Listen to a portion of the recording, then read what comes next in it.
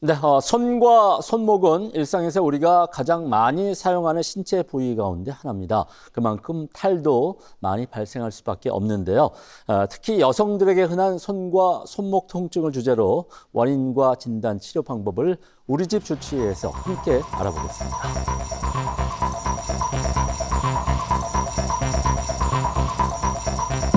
오늘의 주치의 대구 파티마병원 마취통증의학과 심광석 과장입니다. 안녕하십니까? 안녕하십니까. 네. 대구 파테마병원 마취통증학과 심광석 과장입니다. 반갑습니다. 네. 오늘 주제가 과장님, 여성들에게 흔한 손과 손목 통증인데요. 사실 손과 손목은 누구나 가장 많이 사용하는 부위이기도 한데 특히나 여성들에게 좀 이렇게 흔하게 많이 발생하는 이유는 어디에 있을까요? 우선 이제 손목과 손의 통증에서 여성에서 많이 발생하는 질환에 대해서 대표적으로 세 가지를 꼽을 수 있습니다. 일단 손목 터널 증후군, 그리고 손목 건초염, 방아쇠 손가락. 특히나 이 세 질환은 이제 여성에서 남성에 비해서는 월등하게 최소 2배에서 3배 정도까지도 발생률이 높습니다. 그러면 이제 왜 여성한테 더 흔하게 생길까? 이제 다양한 원인이 있겠지만 우리가 주로 보는 관점에서는 여성에서 생길 수 있는 호르몬의 변화, 폐경기 여성들이 이제 여성 호르몬이 떨어진다거나 임신과 육아 이럴 때 이제 달라지는 현상, 또는 남성에 비해서 여성의 손목의 그 해부학적인 구조가 좀 좁습니다. 그래서 그런 좁은 면적 때문에 어떤 자극을 받았을 때 부종이나 이런 것들에 쉽게 더 이제 증상을 유발할 수 있다라고 볼 수 있고, 손목에 많이 생길 수 있는 질환의 원인이 이제 반복 사용, 많이 써서 생기는 게 대부분입니다.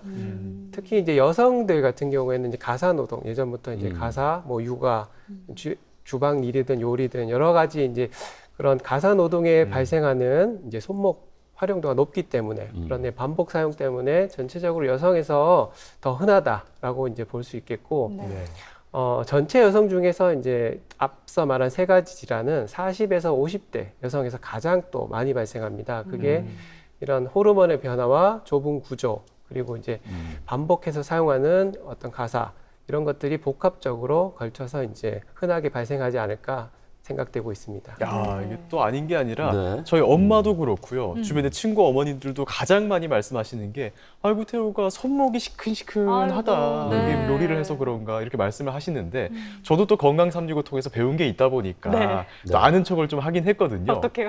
과장님, 이 손목 질환 중에 가장 대표적인 게 이 손목 터널 증후군 맞을까요? 오. 네, 네. 잘 짚으셨습니다. 아이고 다행입니다. 외래 진료에서 제일 많이 보는 손목 질환 중에 대표적인 것이 손목 터널 증후군입니다. 네.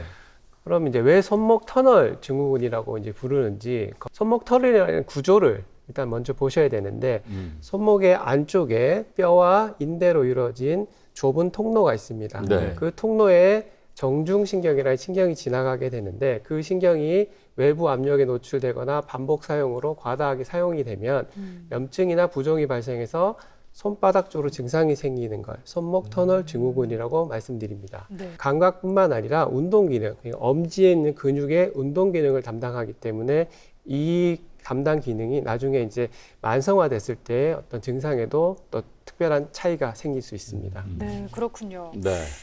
사실 저도 이제 주부잖아요. 근데 주부라고 그래요? 하긴 좀 부끄럽습니다. 무늬만 주부도 주부긴 하니까요. 네. 네. 근데 제가 예전 어머니 세대처럼 막 집에서 엄청 요리를 하고 집안일을 하는 거는 아니지만 그래도 가끔 이렇게 손목이 좀 저릿저릿할 때가 있습니다. 그래서 과장님, 우리가 좀 어떤 증상이 있는 경우에 이 손목 터널 증후군을 의심해 볼 수가 있을까요?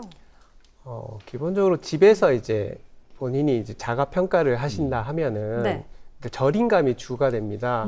앞전에 말씀드렸듯이 손바닥 쪽 1번부터 4번의 중직 약지의 반까지가 이제 감각을 담당하기 때문에 손목을 포함해서 손바닥 쪽의 저림감이 엄지를 위주로 발생한다. 네. 그게 야간에 더 심하게 발생한다. 그러면 이제 손목 터널 증후군을 의심해 볼 수 있고, 그다음 통증의 양상이 좀 화끈거린다. 전기가 치듯이 찌릿하게 번진다. 또는 이제 손을 좀 들었을 때 조금 더 증상이 악화된다. 굽혔을 때 악화된다. 그런 증상들로 자가적으로 판단해 볼 수도 있겠습니다. 물건을 쥐었는데 이게 쥐는 힘이 약해서 좀 떨어뜨리는 게 반복된다거나 네. 어떤 단추를 끼우거나 젓가락 잘 때 이런 세세한 동작이 조금 어렵거나 네. 이런 것들이 점점 좀 심해지거나 또는 저림감이 아니고 감각이 좀 무감각해진다. 이런 증상이 있으면 이건 만성으로 많이 진행이 돼서 신경 손상으로 진행될 수 있는 가능성이 높기 때문에 그 전에 병원에 와서 진단과 치료를 받으시는 걸 권유드리겠습니다. 네. 그리고 조기에 치료를 받으실 경우에는 대부분 80에서 90% 이상이 수술 진행 없이 완치가 되는 경우가 많기 때문에 그런 판단이 좀 필요하겠고, 앞서 말한 이런 감각이 없어지거나 근육이 위축되는 증상까지 동반되면 이제 수술적 판단이 필요한 경우가 많겠습니다. 아, 어. 이게 또 집안일도 집안일이지만 요즘 또 많이 쓰는 게 있잖아요. 스마트폰이나 컴퓨터 네. 사용 늘어나면서 네. 손목 부담을 많이 주는 게 아닐까 싶은데요. 제가 또 건강 365 공식 통계 읽어주는 남자 통익남이지만 네. 오늘은 또 과장님께 양보를 해드려야 될 것 같습니다. 네. 과장님, 실제로 이 손목 터널 증후군 환자가 늘어나는 추세인지 의료 현장에서 체감하시는 변화가 있는지가 좀 궁금합니다. 네. 네, 실제 늘어납니다. 아, 진짜요? 그렇군요. 최근 이제 보험공단에서 나온 통계 자료를 보면은 네. 연간 이제 발생하는 환자분들이 병원을 내원하시는 환자분들이 17만 명 정도가 된다고 합니다. 그 중에서 특이한 건 남성에 비해서 전체 환자가 100%로 치면 여성 환자가 78%나 됩니다. 그러면 남자에 비해서 한 3.6배 정도 되겠죠. 네. 네. 또 그 중에 그 여성분들을 비중해서 치면 50대 환자가 42% 정도, 아하. 거의 절반에 근접하게끔 발생한 빈도가 됩니다. 네. 전체적으로 40대, 50대, 60대까지만 포함하면 거의 대부분의 여성 환자분들이 그 나이대에 이제 질환을 앓고 있다라고 보시면 되고요. 네. 그런 원인은 또 앞선 그런 여러 가지 해부학적인 문제가 동반돼서 생길 수 있다라고 표현할 수 있고, 특히 이제 갱년기쯤의 여성분들이 흔하게 좀 겪을 수 있다라고 보시면 됩니다. 그런데 이제 내가 손목 터널 증후군이 맞는지 자가 진단할 수 있는 방법이 분명히 있을 것도 같은데 그 방법은 또 어떻게 되는지 그 자가 진단한 다음에 의심돼서 네. 병원에 가게 되면은 어떤 진단 과정을 거치는지도 함께 좀 설명해 주시죠. 일단 자가진단법이라고 간단하게 두 가지를 좀 말씀드릴 수 있습니다. 네. 그 방법은 병원에 오시게 되면은 우리가 이제 임상 테스트로 하는 방법을 이제 본인이 혼자 할 수 있는데 신경을 압박하는 자세를 취하는 겁니다. 우리가 이제 팔을 이렇게 해서 손등을 꺾은 다음 붙여서 이렇게 해서 힘을 주게 되면 네. 네. 한 1분, 30초에서 1분 정도 유지했을 때 네. 손 쪽으로 저림감이 발생하면 이제 양성 반응이라고 할 수 있겠습니다. 짧게는 안 돼요. 조금 그래도 1분 정도. 이따가 방송 끝나고 해봐야겠어요. 벌써 아픈데요? 근데 손목 터널 증후군 환자가 많기는 많은가 보더라고요. 이제 인터넷이나 너튜브만 봐도 손목 터널 증후군 치료 방법이 너무나도 다양해서 네. 좀 깜짝 놀랐습니다. 물론 이제 환자의 상태에 따라서 차이가 있겠지만 과장님 어떤 치료를 하게 되는지도 이 시간 알려주시죠. 네. 전체적으로 처음부터의 치료 방법을 얘기 드리면 일단 쉬어야 됩니다. 쉬어야 돼요. 손목을 쉬게 해줘야 됩니다. 예. 무리하고 반복적인 활동을 병행하면서 손목에 무리가 왔기 때문에 네. 신경이 아픈 증상을 발생합니다. 그래서 제일 첫 단계는 휴식과 자세 교정입니다. 네. 손목을 꺾는 자세나 굽히는 자세를 피해야 된다. 특히 뭐 컴퓨터나 마우스 같은 키보드를 작업을 할 때 좀 네. 자세가 좀 삐뚤당하거나 그러면 그 자체가 또 자극을 받습니다. 그래서 일상적인 모든 활동에서 손목을 제끼거나 꺾는 그런 반복적인 활동을 좀 억제한다, 제한한다 이렇게 하시는 게 제일 좋겠고 네. 손을 평상시에 저희가 제일 그냥 하루 종일 쓰지 않습니까? 네. 그러면 한 30분에서 1시간 정도마다 손을 좀 털어주는, 좀 주물러주고 이완시켜주는 그런 활동들이 초기 증상에서는 제일 이제 완화요법에는 중요합니다. 네. 자, 이런 걸 했는데도 증상이 계속된다. 그러면은 일단 일반적으로 주사 치료를 선시행하는 것보다는 네. 손목을 보조기 같은 거, 뭐 아대나 이런 것들을 착용하면서 좀 이제 고정을 한다. 네. 그리고 그런 이제 약물요법에서 소염제, 소염 진통제 이런 것들을 보조적으로 복용하고 물리치료를 병행하면서 네. 이제 증상을 완화시키는 게 이제 초기 치료의 하나의 1단계라고 보시면 됩니다. 네. 그러나 이제 초기 손을 많이 쓰시게 되면 초기 치료에 이제 다 치료가 되지는 않고 증상이 완화가 되지는 않습니다. 그러면 그 다음 단계로는 이제 주사 치료, 우리가 시술요법이라고 합니다. 네. 시술요법은 이제 정중신경 자체가 아픈 병이기 때문에 정중신경 차단술이라는 이름을 붙입니다.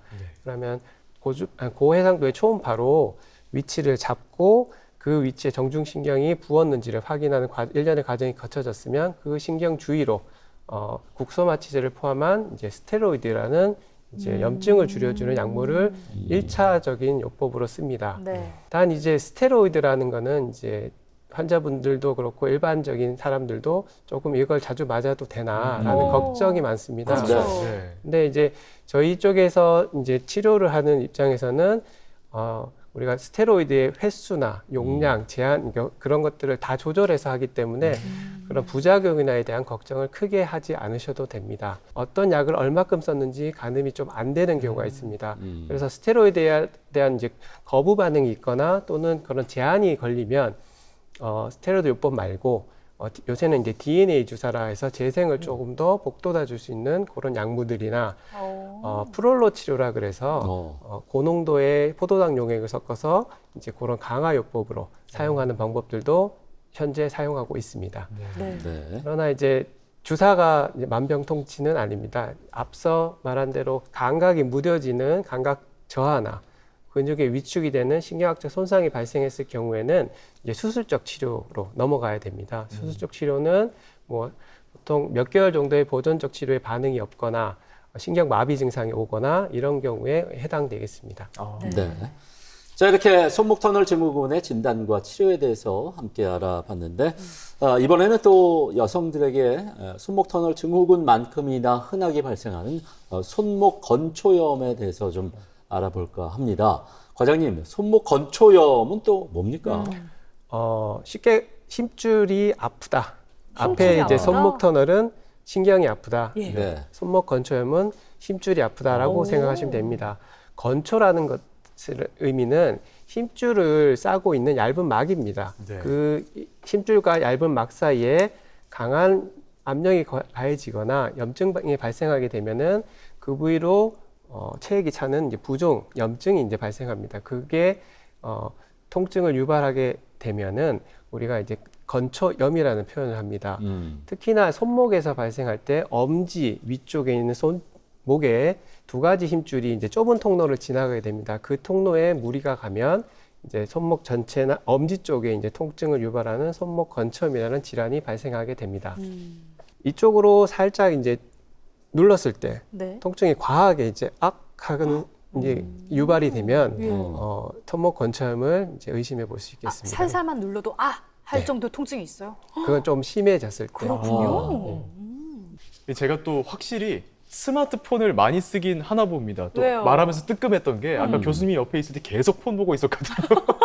또 밤마다 이 얼마나 쇼폰 콘텐츠가 저를 유혹하는지 네. 이 한 손으로 이렇게 스크롤하고 터치하다 보면은 엄지 쪽 손목이 찌릿하고 아플 때가 있더라고요. 예. 과장님, 이것도 손목 건초염의 증상이라고 봐야 될까요? 오. 네, 확실한 증상입니다. 아이고야. 확실한 증상이래요. 확실했네요. 그래요. 네. 그 엄지 쪽으로 이제 내려가듯이 뻗치듯이 찌릿하거나 우리하거나 여러 가지 이제 다양한 증상들이 생기는데 일단 아픈 게 네. 주 증상이 되겠습니다. 아하. 특히나 이제 손목을 쓸 때 손목을 들어서 뭔가를 들 때 특히 뭐 육아를 하시는 분들 아기를 이렇게 안을 때 네. 찌릿하게 통증을 좀 유발하거나 뭔가를 짰을 때 네. 힘을 줬을 때 또 통증이 생기거나 뭔가를 돌리거나 스마트폰을 많이 하신다 하셨지. 네. 스마트폰을 이렇게 들고 파지하고 엄지를 움직일 때 통증이 유발되면 우리가 이제 그런 이제 손목 건초염의 증상이라고 의심해 볼 수 있겠고 그 우리가 손목 엄지 쪽에 손목을 보시면 이렇게 만져지는 손목 뼈가 돌출된 뼈가 있습니다. 네. 고기를 살짝 미끄러지면서 눌렀을 때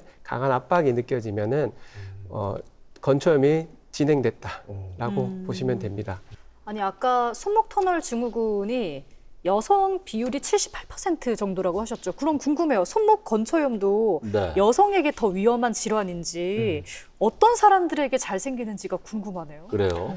네, 손목 건초염도 역시나 남성에 비해서 네. 여성이 발병률이 월등히 높습니다. 월등히 아하. 높아요? 월등히 높은 게 한 3배 정도라고 보시면 됩니다. 네. 특히 손목 터널 같으면 이제 50대 여성이 이제 가장 비율이 높지만 손목 건초염 같은 경우에는 50대 환자와 젊은 30대 환자가 어? 같이 더블 양상으로 동일하게 높습니다. 네. 왜 그렇죠? 그러니까 단순 퇴행성 질환이 아니라 반복되는 자극이 이제 통증을 유발한다고 얘기 드렸습니다. 네. 그 30대 여성분들은 보통 이제 출산 후 아기 육아를 시작하죠. 아기를 안고 그걸 또 반복해서 할 때 통증을 많이 겪습니다. 그래서 육아를 하시는 여성분들의 이제 발병 비율이 보통은 30대 여성분들이기 때문에 50대 여성의 두 번째로 높다고 보시면 됩니다. 어. 네. 전체 환자분은 연간 한 11만에서 12만 명 정도 손목 건초염으로 이제 병원을 방문하십니다. 그 중에 전체 환자분들 여성의 비율은 한 74.5%, 한 네. 3배 가량 되죠. 그러네요. 그리고 그 50대 환자가 한 34%, 여성의 비율에서는 50대 환자가 한 34%면 30대 환자가 특이하게 22%. 또 두 번째로 높은 특이한 양상을 좀 보입니다. 그래서 주부가 특히나 많이 걸리는 질환이다라고 보시면 됩니다. 네. 사실 우리가 생활하면서 손목 통증과 관련된 질환들이 참 오늘 소개해드린 것처럼 여러 가지 종류가 있기 때문에 이 증상이 손목 터널 증후군인지 손목 건초염인지 네. 이게 혼동하기 참 쉬울 것 같거든요. 그렇죠. 과장님, 이 손목 건초염은 진단이 어떻게 이루어지나요? 일단 손목 터널과는 명확하게 확연한 차이가 있습니다. 네. 손목 터널은 신경이 아픈 거기 때문에 저리다. 저는 게 저리다. 주 증상이라 그러면 손목 건초염은 손목을 썼을 때 욱신거리거나 찌릿한 그런 이제 국소적인 통증을 유발한다. 손목 네. 부위에 그렇게 보시면 되고요. 네. 집에서 이제 쉽게 한번 테스트를 해볼 수 있는 방법은 우리가 핑켓 스테인 테스트라는 뭐 어려운 용어를 쓰지만 네. 쉽게 엄지손가락을 손 전체로 파지를 합니다. 그 다음 새끼손가락 쪽으로 꺾어줍니다. 네. 그러면 땡기듯이 손목에 통증이 발생하면 손목 건초염의 일차적인 양성 증상이라고 보시면 됩니다. 태욱 씨 한숨이 너무 깊어요. 확실히 양성이더라고요. 또 아프군요. 아이고. 이게 중기 증상을 넘어가시면 예. 손목 자체를 꺾질 못하십니다. 살짝의 반응만으로도 통증을 강하게 느끼시기 때문에 네. 그것과 함께 이제 손목 부위에 눌렀을 때 심한 압통 그걸 네. 두 가지를 보통은 이제 자가 증상 진단적으로 한번 활용해 볼 수 네. 있겠습니다. 그럼 이제 그런 증상이 있을 때 병원을 오시게 되면 똑같은 이제 증상에 대한 청취가 필요하겠고 환자의 그 핑켓 테스트를 해서 양성 반응이 있는지를 일차적인 검사를 합니다. 네. 그러나 이제 정확하게 확진을 하기 위해서는 초음파를 활용해서 힘줄 주위가 붓는 거기 때문에 힘줄과 힘줄막 사이에 어떤 부종이 있거나 두꺼워졌거나 물이 차 있거나 이런 염증이 있는 것들을 확인해서 정확한 이제 진단을 하게 돼 있습니다. 네. 네, 사실 우리 손목이라는 데가 아프다고 해서 쓰지 않을 수 있는 부위가 아니거든요. 네. 하다못해 식사를 하더라도 많이 쓰죠. 이 숟갈질은 해야 되잖아요. 밥을 잘 먹어야 네, 되니까요. 그래요. 진단을 받게 되면 우리가 치료를 빨리 좀 서둘러야 될 것 같은데 손목 건초염 어떤 방식으로 치료를 하게 되나요? 네, 손목 터널과 유사합니다. 일단 휴식이 제일 중요합니다. 네. 안 써야죠. 예. 그러나 이제 반복적인 그런 일상생활이나 직업적인 것 때문에 노출이 될 수밖에 없는 상황이라 하면 그런 손목을 꺾는 힘을 주는 행위를 최소한으로 좀 자제하거나 네. 휴식을 중간중간에 풀어주는 걸 많이 해야 됩니다. 그리고 어떤 부목 같은 네. 그걸 손목 엄지 위주로 해서 고정을 해서 손목이 꺾이는 거를 좀 방지할 수 있겠고 소염 진통제나 물리치료 등의 일차적인 치료에 반응이 적거나 재발을 자꾸 할 경우에는 직접적인 주사요법을 사용하게 됩니다. 주사요법은 힘줄 주위가 염증이 발생한 병이기 때문에 네. 초음파로 정확한 힘줄과 힘줄막을 확인하고 거기 부종 부위에 스테로이드를 포함한 약물을 써서 염증을 억제하는 게 가장 빨리 낫는 치료 중에 하나입니다. 네. 동일하게 앞서서 이제 손목 터널과 마찬가지로 스테로이드 못 쓰는 환경에서는 DNA 주사, 네프롤로 강화 치료 이런 약물을 대안으로 사용해서 치료를 해볼 수 있습니다. 특히나 손목 건초염은 수술적인 진행이 잘 안 됩니다. 대부분은 주사 치료 정도에서 네. 이제 완화가 되고 네. 주사 치료 충분한 휴식만 보장이 된다면은 이제 치료의 경과가 좋다고 보시면 되겠습니다. 네. 네. 또 손목 건초염이랑 손목 터널 증후군 우리가 많이 들어봤는데 이름부터 독특한 질환이 하나 있더라고요. 뭐죠? 방아쇠 손가락이라고 제가 또 어제 예비군을 갔다 와서 너무 친숙한 이름이긴 합니다만 네. 실제로 이 총에 방아쇠를 당기는 거하고 연관이 있는 그런 질환일까요? 네, 연관이 있습니다. 오. 이름 붙여진 게 이제 그 연관성 때문에 네. 생기는 거고, 우선적으로 이 방아쇠 손가락이라는 질환은 앞선 손목 건초염과 비슷하게 손목 힘줄에, 아니 손목이 아닌 손바닥에 있는 힘줄의 염증 질환이라고 보시면 됩니다. 쉽게. 네. 그러나 이제 손목을 그 손바닥에 힘줄이 지나가는 이제 굽혀주는 힘줄이 요렇게 지나갑니다. 근데 그 힘줄은 고정세가 필요합니다. 네. 힘줄만 덜렁덜렁하면 힘을 못 받기 때문에 그 힘줄을 잡아주는 게 도르래, 활차라고 하는 그 인대막이 있습니다. 그것들이 손가락을 여러 군데를 지탱을 하는데 손바닥과 손가락의 경계 쪽에 있는 요쪽에 있는 그 부분이 그 A1 도르래라고 하는 그 힘줄 인대가 이제 시작되는 지점입니다. 네. 여기와 힘줄 자체가 자꾸 마찰이 생기면서 붓게 됩니다. 붓게 되면 그 사이를 통로가 원활하게 그 왕복을 못하기 때문에 손가락을 움직일 때 이게 원활하게 딱딱딱 쉽게 되지 않고 오. 걸쳐서 뭔가 방아쇠를 당기는 것처럼 딱딱 하는 게 걸리는 네. 현상이 발생합니다. 그게 이제 병의 진행인데 그런 현상을 이제 방아쇠 손가락이라고 표현한 겁니다. 네. 네. 지금 이렇게 동작을 취하면서 설명을 해주시는데 진짜 네. 방아쇠 당기는 그 원리랑 그러니까요. 네. 비슷합니다. 네. 그럼 이 방아쇠 손가락의 구체적인 증상은 어떤가요? 아침에 일어났을 때 손이 좀 뻣뻣하다. 움직임이 조금 쉽지 않다. 네. 그리고 손가락을 좀 움직였는데 뭐가 딸깍딸깍 이게 뭔가 맞히는 소리가 들리면서 잠깐 묶였다가 풀리는 느낌이 든다. 오. 네. 그게 보통 손가락 잠김이라고 얘기하는데 네. 그리고 좀 지났을 경우에는 그 부위를 만졌을 때 뭔가 혹처럼 결절같이 뭔가 단단하게 만져진다라고 하는 것들이 일반적으로 이제 방아쇠 손가락을 알 수 있는 방법 중에 하나입니다. 네. 이게 증상이 계속 반복되고 심해지면 일상생활에서 정말 불편할 것 같거든요. 네. 과장님, 이 방아쇠 손가락은 어떤 치료를 하게 되는지, 또 심할 경우에 수술적 치료도 고려를 해야 하는지 궁금합니다. 네. 수술적으로 가는 경우는 드뭅니다. 네. 그러나 이제 앞선 치료 반응들이 좋지 않거나 장기적으로 흘러갈 경우, 손가락에 이제 잠김이 좀 심해질 경우에는 이제 수술적인 고려 대상이 될 수는 있습니다. 그러나 흔하진 않습니다. 대부분의 보존적 치료는 기본적으로 뭐 온열이나 물리치료 같은 거, 그다음에 먹는 이제 소염제, 진통제, 여러 가지 경구약들 또는 똑같은 부목을 대거나 손을 덜 움직이게 하는 그리고 또 스트레칭 운동들 그런 것들이 1차적으로 활용이 되겠고 대부분의 1차 치료에서는 이게 만성화가 좀 많이 될 수 있기 때문에 주사 치료가 많이 필요한 경우가 많습니다. 그래서 주사 치료는 초음파를 봐서 정확한 이제 우리 통증 부위 그리고 활막과 안쪽에 있는 그 부위에 스테로이드 주사 약물을 쓰게 되는데 반응도는 대부분의 스테로이드 일회성에서 90% 이상의 환자분들이 호전을 보이는 케이스가 많습니다.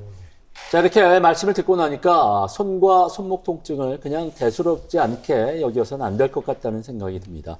마지막으로 이런 손이나 손목 통증을 예방하기 위해선 어떻게 하면 될지 좀 내용을 정리해 주시죠.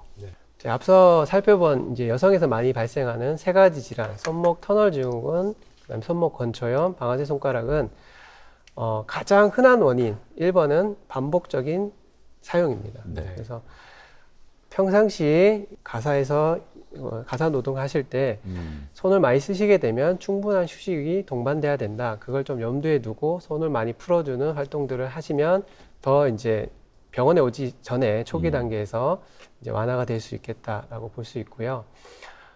여성분들이 많이 생기기 때문에 특히나 이제 본인이 그쪽의 증상에 비슷하게 해당이 되신다 하면은 네. 늦지 마시고 늦을 경우에는 만성화로 진행되고 그럴 경우 치료도 이제 어렵습니다. 주사 치료에도 반응도가 떨어질 수 있기 때문에 그래서 조금 더 조기에 자가 진단이 되신다 아니면 의심이 되신다 하면은 병원을 찾아서 검사를 하고 치료를 받으시는 것을 간곡히 부탁드립니다. 네. 자, 이렇게 손과 손목 통증은 조기에 발견해서 적절히 치료를 하게 되면 충분히 호전될 수 있는 그런 질환입니다. 증상은 여러분도 가볍게 넘기지 마시고 불편함이 계속된다면 전문의를 찾아서 정확한 진단과 치료 받아보시길 바라겠습니다. 오늘 도움 말씀 주신 대구 파티마병원 마취통증의학과 심광석 과장님이었습니다. 좋은 말씀 감사드립니다. 고맙습니다. 네. 그리고 두 분도 수고 많았습니다. 건강하세요. 네. TBC 클리닉 건강 365 저희는 다음 주 이 시간 다시 찾아뵙겠습니다. 여러분 고맙습니다.